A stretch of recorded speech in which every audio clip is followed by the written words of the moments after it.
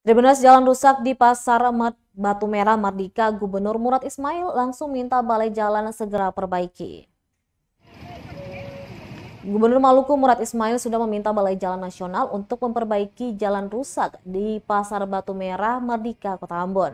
Demikian disampaikan Kepala Dinas Perhubungan Kota Ambon, Robi Sapulete, terkait penyelesaian jalan rusak di Pasar Batu Merah Mardika Ambon itu.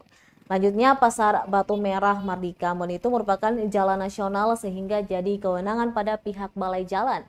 Meski belum mengetahui kapan akan diperbaiki, namun Sapulete berharap jalan di Pasar Batu Merah Mardika itu tahun depan hingga depan revitalisasi Pasar Mardika bisa diperbaiki pada tahun ini.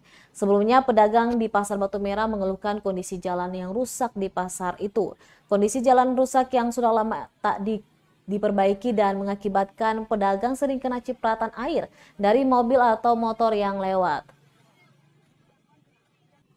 Akibat jalan Pasar Batu Merah yang rusak parah itu juga mengakibatkan penumpukan kendaraan di beberapa ruas jalan. Pasalnya sejumlah kendaraan yang seharusnya melewati jalur tersebut enggan dan beralih ke jalan utama. Sebut saja Jalan Slamet Riyadi, Jalan Tuluka Besi, dan juga Jalan Sudirman.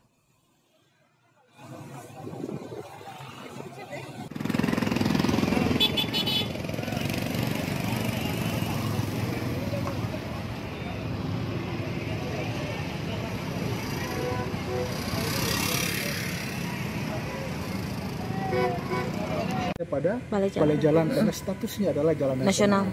Selama belum diserahkan ke pemerintah kota, tetap statusnya adalah jalan nasional. Oleh sebab itu kemarin sesuai informasi yang kami terima bahwa Pak Gubernur itu sudah minta kepada Balai Jalan untuk memperbaiki jalan itu. Dalam tahun ini segera. Kami harap sungguh seperti itu. Siap-siap, oke Pak. Bukan cuma di Batu Merah, tapi yang di depan revitalisasi Pasar Mardika juga tetap bisa di aspal yang sudah rusak juga di aspal. Betul.